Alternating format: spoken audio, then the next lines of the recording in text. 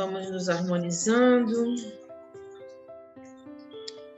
Pai de infinita bondade, misericórdia, anjos protetores, nossos anjos guardiões, mentores, conselheiro, iremos acolher toda essa espiritualidade amiga que nesse momento vem ao nosso encontro para nos inspirar, para nos iluminar, para nos dar bons conselhos, boas inspirações.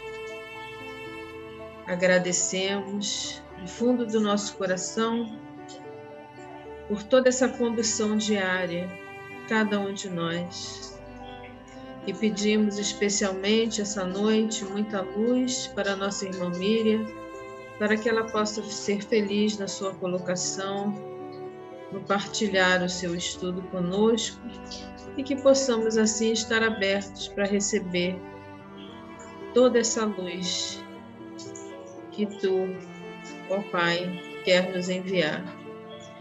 E assim damos juntos o nosso graças a Deus. Graças a Deus. Então, Miriam hoje está responsável pela página, né? Pode ficar à vontade, Miriam, quando quiser se colocar. Então, meus irmãos, a gente hoje finaliza a pegada do mestre, né? E Vinícius finaliza com esse tema aqui, cinzas. Deu-nos a entender que ele pôs fogo no parquinho e que tudo virou cinza. Brincadeira. Mas é que realmente é um tema muito interessante. Tive dificuldade de entender, porque não tenho muito acesso à religião católica. E peço a ajuda de vocês naquilo que vocês puderem anotar para a gente discutir depois. Aí vocês me ajudem nesse texto. Por quê? Eu, na verdade, o interpretei. Foi uma interpretação de texto que eu vou trazer com vocês e a gente vai, na verdade, estudar juntos, né? Porque fugir muito de um tema na qual eu não conheço, eu tentei ser mais fiel possível para que a gente não desse uma opinião que talvez não tenha realmente a verdade. Então, vamos continuar. Quarta-feira de cinza. Tal se denomina o início da quaresma. Neste dia, os fiéis às ordenanças papalinas devem comparecer ao templo a fim de receberem na testa uma cruz de cinza. Então, vamos entender um pouco o que vem a ser a quaresma, né? Porque nem eu tinha esse conhecimento da simbologia dentro do cristianismo, o que vem a ser a quaresma. Ele fala que é a designação do período de 40 dias que antecede a principal celebração do cristianismo, a Páscoa. A ressurreição de Jesus Cristo, que é comemorada no domingo, é uma prática presente na vida dos cristãos desde o século IV. Segundo a carta apostólica do Papa Paulo VI, a quaresma tem seu início na quarta-feira de cinza e termina antes da missa do lava-pés, na quinta-feira santa. Durante a 40 dias que precede a Semana Santa e a Páscoa, os cristãos dedicam-se à reflexão e à conversão espiritual. Normalmente, se recolhem em oração e penitência para lembrar os 40 dias passados por Jesus no deserto e o sofrimento que ele suportou na cruz. Durante a quaresma, a igreja veste seu ministério com vestimenta de cor roxa, que simboliza tristeza e dor. A quarta-feira de cinza é um dia usado para lembrar o fim da própria mortalidade. É costume serem realizadas missas onde os fiéis são marcados na testa com cinzas. Essa marca normalmente permanece na testa até o pôr do sol. Esse simbolismo faz parte da tradição demonstrada na Bíblia, onde várias personagens jogavam cinza na sua cabeça como prova de arrependimento. Na Bíblia, o número 40 é frequentemente citado para representar períodos de 40 dias ou 40 anos que antecedem ou marcaram fatos importantes. Alguns exemplos mais conhecidos são os 40 dias do dilúvio da Arca de Noé, 40 dias de Moisés no Monte Sinai, 40 dias de Jesus no deserto, antes do início do seu ministério, 40 anos da peregrinação do povo de Israel no deserto. Como curiosidade, eu também verifiquei que o porquê da quarta-feira de cinza antecedeu o carnaval, né? Porque o carnaval era uma festa pagã, e com a ascensão do cristianismo, eles transformaram na simbologia o carnaval para eles, é a festa da abundância, da carne. Por quê? Porque ele antecede os 40 dias de jejum que seus discípulos teriam que ficar até a Páscoa. Então, o carnaval para eles teria esse sentido, né? Então, continuando. Aí vamos ao texto de Vinícius. Semelhante cerimônia, segundo a liturgia romana, ou seja, o serviço religioso, o ritual dos católicos, que quer dizer, és pó, em pó te hás de se tornar. Então, a gente faz essa reflexão. És pó, em pó te hás de retornar, te hás de se tornar. Na minha cabeça, não tem sentido. Porque como que a gente é pó e a gente vai voltar a ser pó? Aí Vinícius continua. O objeto desse símbolo é como se vê incutir no espírito dos simples a ideia de fragilidade do seu ser, dá nenhuma importância à sua individualidade. Cinza é pó e nada é nada que resta do que foi, mas já não é. Tudo isso, a gente tem entendimento que somos frágeis, né? Nós somos simples, nós somos ainda ignorantes, mas a gente ser nada, eu acho que é demais.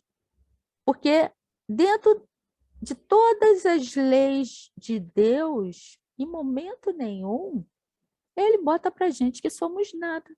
Primeiro que ele fala que somos filhos dele. Como que a gente pode ser nada se já somos filhos de Deus? Como que a gente pode ser pó ou sem importância nenhuma, se Jesus fala para nós que devemos crer em Deus porque Ele quer o nosso melhor, nós teremos que um dia sentar ao lado do Pai na sua isso. É o que o Vinícius coloca para nós, tentando explicar como que os católicos passam isso para os seus fiéis, quando uma lei divina não diz nada sobre o assunto, sobre a respeito. Como que eles chegaram a essa conclusão? Que tipo de simbologia a qual eles usaram para meter na cabeça dos seus fiéis essa verdade, entre aspas, né? E ele fala, o homem cinza é pó, é nada. Não deve, portanto, ter vontade própria. Não deve alimentar aspirações, não deve lutar contra a adversidade que o assediam, nem contra o flagelo que o malsina, ou seja, que o condena. Para nós, não tem muito sentido. E aí a conclusão que eu cheguei, botei uma colocação minha, que depois vocês me ajudem aí no meu raciocínio também. Não é dado aos seus seguidores a importância da sua individualidade e da sua reforma íntima, da responsabilidade que devemos ter como indivíduos junto à lei divina. É imposto aos seus fiéis a lei da igreja e não as leis de Deus, né? Então, essa é uma visão que a gente vê assim bem ampla, bem direta, né? Que enquanto o Espiritismo traz para a gente toda uma verdade querendo o nosso bem, explicando tintim por tintim, aos católicos lhes são negados. E Vinícius continua. Não deve surgir-se contra a a escolástica, ou seja, não pode ir contra o ensinamento dado pelos seus sacerdotes ou papa, embora ela venha patrocinando injustiça e sustentando inverdades. Não se deve revoltar-se contra poderes estabelecidos, ainda que estes sejam imorais, corruptos e tiranos, né? Nós temos, no decorrer da história do cristianismo romano, tantas coisas, tragédias, tantas tiranias, tantas corrupções, né? E ai de você levantar a voz contra esse sistema que tu era morto. Eis, em resumo, o que quer dizer a igreja na mística linguagem da sua liturgia, ou seja, do conhecimento da sua doutrina. Ele está trazendo para a gente, olha como que ela é formada, né? Quando a gente observa esse sistema, o que que assim, nos lembra, né? Isso aí a gente pode até, no caso, na minha compreensão, é que como se quando uma religião viene e passa a ser política. Todo esse sistema é de pessoas que fizeram da religião a política do domínio, né? A política de imposição. Eles esqueceram toda a filosofia de Jesus que fizeram transformar toda aquela beleza em cinzas, dizendo apenas aos seus discípulos: creia na igreja que tu serás salvo. E aí eu botei essa colocação aqui. Se tem a impressão que se mantém a mesma filosofia dos antigos tutores, né? Dá a impressão que eles pegaram a gente vê muito parecido com a época dos tutores da lei, né? Que tinha aquela obrigação, fazer com que os seus discípulos obedecessem às leis deles, que é como se estivesse só mudado de roupagem. E o sistema é bem parecido, mas por que é parecido? Porque também, lá nos tutores da lei, na época das sinagogas, o que existia ali? A filosofia de Deus? Não, a política. E fazia com que as pessoas obedecessem mesmo que não entendessem. E porque era assim que tinha que ser, que quem mandava era eles. Continuando. E Vinícius fala, o povo ignora tal interpretação, pois na liturgia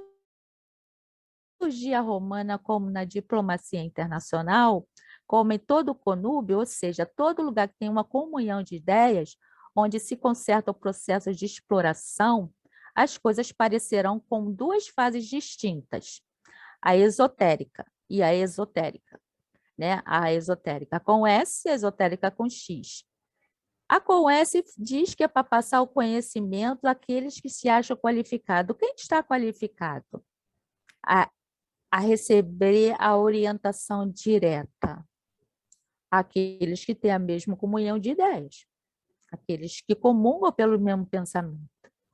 E aí é passado a esses que têm a mesma filosofia para que eles passem ao esotérica, que é ao conhecimento a todos os seus discípulos, aos servos, porque, na verdade, não existe discípulos, existe servos, servidores, servidão, quase que escravo das ideias do cristianismo. Isto é, privativa, isto é, aí Vinícius completa, isto é, privativar dos que exploram e é divulgado aos que são explorados. Ele privativa o conhecimento, passa para aqueles que vão fazer a divulgação de como eles querem que o povo tome conhecimento, né?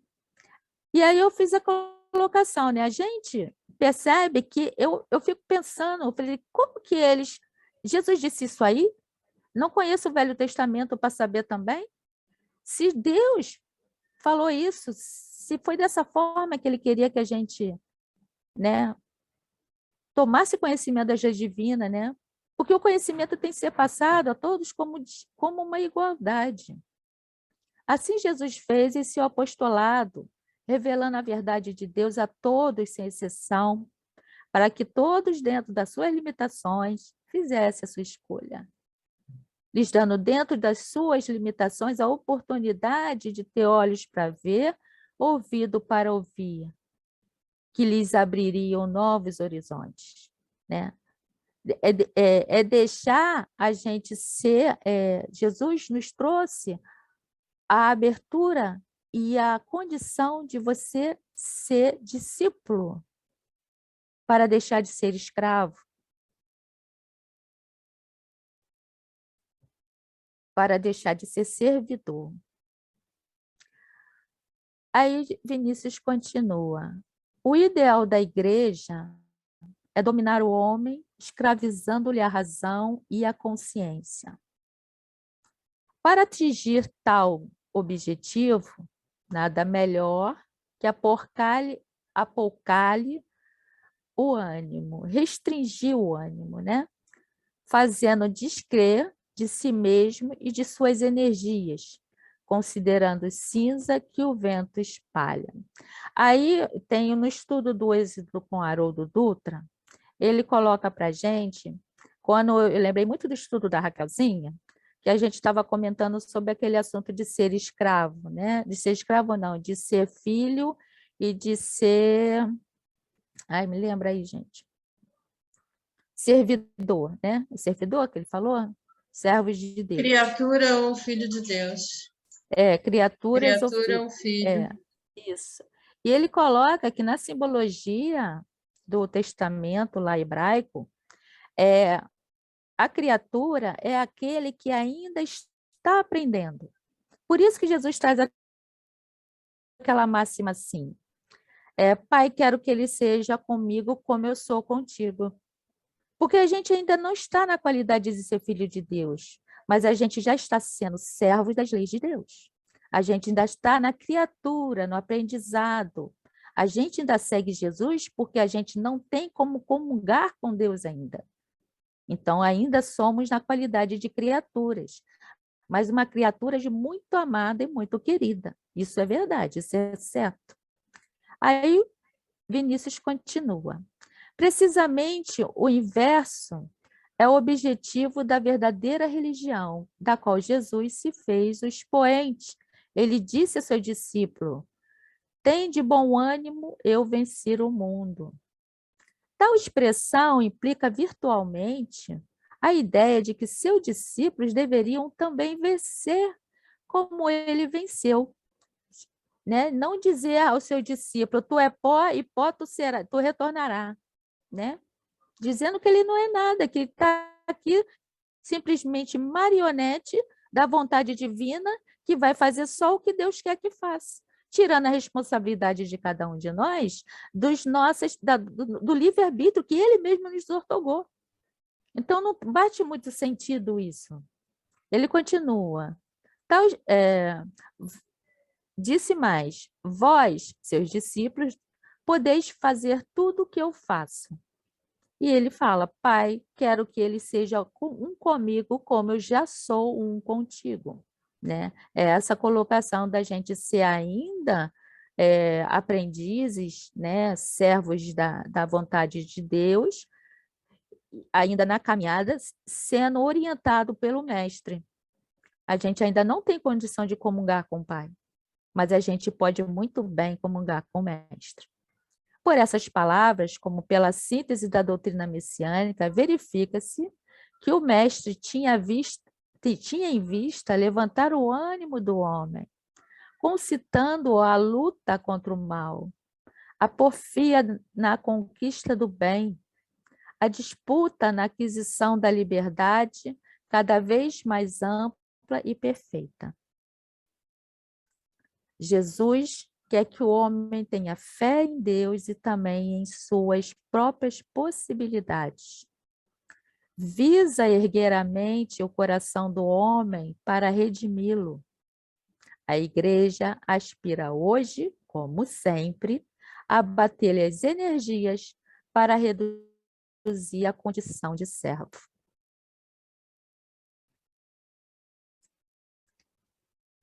Não se pretende, na cerimônia da cinza, combater o orgulho, a vaidade humana.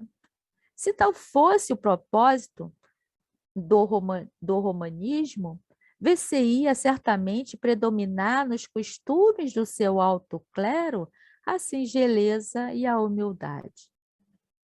Em lugar do requintado luxo, da soberba desmedida, que o mesmo ostenta por toda parte, do mundo onde assenta seu perigoso domínio.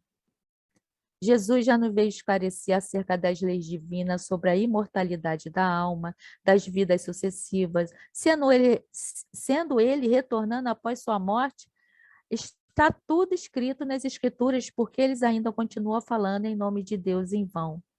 Por que eu coloquei essa parte do homem de Deus em vão?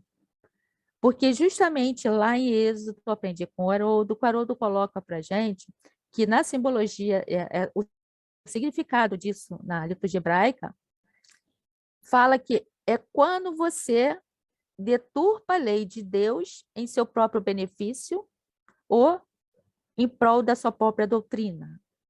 É o que a mais a gente vê. É disfarçar, né? Na verdade, ele tá mutilando essas verdades. Ele traz para os seus discípulos só realmente o que interessa à igreja e não o que Deus quer para nós, né? E isso, nesse caso, é o tempo todo falando em nome de Deus em vão. A gente hoje percebe o porquê do Espiritismo ter vindo com tanta força, que era para trazer justamente a lei de Jesus e de Deus ao coração do homem. Por isso que hoje em dia a gente se faz de tamanha importância que a gente mantenha a nossa doutrina na íntegra, através de nós mesmos e através dos nossos valores. Não deixar Jesus ser interpelado ou ser interpretado de maneira errada. É a gente trazer dentro do nosso coração, porque quando Deus fala assim, a lei de Deus está em nossas consciências, o que ele está querendo dizer é que nas suas idas e vindas pela terra, todo o aprendizado da lei divina está gravado na sua consciência. As leis divinas é a sua própria consciência dentro da sua capacidade. Por que cada vez que passa a gente entende a lei de Deus de uma forma muito mais ampla? Porque porque a gente está começando a entender cada vez mais. Na próxima encarnação, a nossa consciência da lei divina vai ser muito melhor, porque nós já descobrimos outras coisas e tivemos um amplo entendimento nessa encarnação atual. E continuar. Me empolgo. Não somos cinzas, somos seres imortais. Gente, eu li, peraí, só vou voltar aqui que eu não sei se eu li isso aqui. Ah, sim. Falei. Não somos cinzas, somos seres imortais, fadados por Deus a glorioso destino. Somos partículas da divindade. Fomos criados à sua mesma imagem e semelhança. É tempo de despertar, ó vós que dormes. Deus quer o homem de busto ereto e cabeça levantada, fitando o céu. Quer filhos varonis, cientes do seu valor, capazes de lutar e vencer o pecado e as servidões. Deus não quer covardes, Deus não quer ânimo abatido, não quer frontes cabisbaixas mirando o pó da terra. Quem tiver ouvido de ouvir, que ouça. Então, Vinícius veio trazer esse alerta para a gente, para que a gente realmente reflita dentro das verdades divinas, porque as compreensões que temos hoje pode ser limitada, mas são nossas compreensões, não são impostas por ninguém. Nós estamos nessa condição e temos essa compreensão. Isso é muito importante para a individualidade de um ser. E aí, para finalizar nossas observações, eu coloquei isso aqui. Ó. Quando se quebra os grilhões da ignorância, temos dentro da doutrina católica grandes vultos que representaram Jesus em sua real singeleza, trazendo em suas vidas o objetivo do Cristo, que é amar a todos como igual e ser caridoso com todos. Deram sua contribuição no mundo, trazendo a todos nós o sentido do Cristo. Por mais que a cúpula romana tente abafar a verdade de Cristo, a verdade de Deus, aqueles que tiveram ouvido de ouvir, olhos para ver, ultrapassaram todo esse ritual, todas essas crendices, a liturgia romana, e venceram o mundo como Jesus pede. Eles foram o Cristo na Terra. Fui buscar alguns vultos católicos, tinha tantos para não ser ingrato com nenhum deles. Tinha tantos vultos, tanta gente, que eu fiquei sem saber o que fazer. Tinha gente que eu nunca vi. E outros vultos atuantes dentro do catolicismo, que fazendo obras maravilhosas, obras sociais maravilhosas, realmente sendo Jesus na atualidade. Então, essa colocação, esse ritual, essa maneira que a igreja tenta colocar em seus fiéis, para alguns não deu certo. E por eles também tentarem ser Jesus na prática, eles foram combatidos, eles foram até expulsos, né? Rejeitados pela sua própria religião, porque eles não queriam coabitar da maneira com que a cúpula católica queria que procedesse, né? Que era com muita prepotência. Para finalizar, eu trouxe uma oração de um nosso querido Francisco de Assis, porque ele é o nosso muito amado em nossos corações, da nossa casa também, para finalizar com a oração dele. Porque Jesus quer tanto que a gente se ilumine, e a gente está pedindo ao Pai um pouco, uma centelha do que Francisco pede a nós. E vamos à oração, vamos fechar os nossos olhos, acalmar nosso mundo íntimo e viajar com a oração do nosso querido Francisco de Assis. Senhor, fazei de mim, Senhor, instrumento de vossa paz, que aonde houver ódio, eu possa levar o amor, que aonde houver ofensa, Senhor, que eu possa levar o perdão. Aonde houver discórdia, Pai, que eu leve a união. E aonde houver dúvida, que eu leve a fé. E aonde houver erro, que possamos levar a verdade. Que aonde houver desespero, que eu possa levar a esperança. Onde houver a tristeza, que eu possa levar a alegria. E onde houver trevas, que possamos levar a luz. Ó Mestre querido, fazei que eu procure mais consolar, Senhor, e ser consolado, compreender e ser compreendido, amar e ser amado, pois é dando que se recebe, é perdoando que se é perdoado, e é morrendo, Senhor, da vida carnal que se vive para a vida eterna. E que a paz do nosso Mestre Jesus esteja conosco nesse momento, trazendo toda essa simbologia de nosso querido Francisco de Assis para a nossa alma e para a nossa vida atual. Fique conosco agora e sempre, Senhor, graças a Deus. Temos 2 minutos. Muito bom, amiga. Sua pesquisa é muito boa. E Vinícius traz com toda clareza, né? O quanto a doutrina do Cristo foi deturpada, né? O quanto ela foi utilizada erradamente por correntes, que não foi só essa, né, mas por várias correntes, que se titulavam cristãs. Tá? Mas, graças a Deus, nós temos o Espiritismo que nos traz essa fé raciocinada e nos possibilita realmente questionar e refletir sobre aonde queremos chegar e como queremos chegar. Muito obrigada, amiga.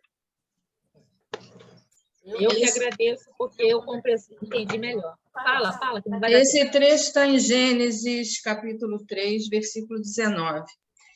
Sinceramente, eu tenho uma posição um pouco mais divergente em relação a isso. Eu acho que a Igreja Católica nunca colocou o homem como um nada. Aqui, na questão da Quaresma, no dia de cinzas, você receber as cinzas, quer dizer justamente você entender que a sua matéria, nós, matéria, vai morrer um dia, e que a espiritualidade que deve ser... Quaresma é um tempo de conversão, de mudança de vida. Isso tudo, pelo menos, é tudo que eu preguei dentro da Igreja Católica, tudo que eu aprendi dentro da Igreja Católica. Não se acredita na reencarnação, de que viemos de outras vidas, isso sim, mas que se acredita numa vida espiritual, numa vida que não morre jamais, isso o católico acredita. E o ritual que se usa nas cinzas é de você justamente receber, entender que a matéria, quer dizer, viemos do pó e ao pó voltaremos, no sentido de que a matéria acaba e que a gente tem que investir no nosso crescimento espiritual. Isso é sempre o que eu entendi e preguei e ouvi dentro da Igreja Católica. É claro que tem outras coisas que acho que até são mais divergentes do que a questão das cinzas.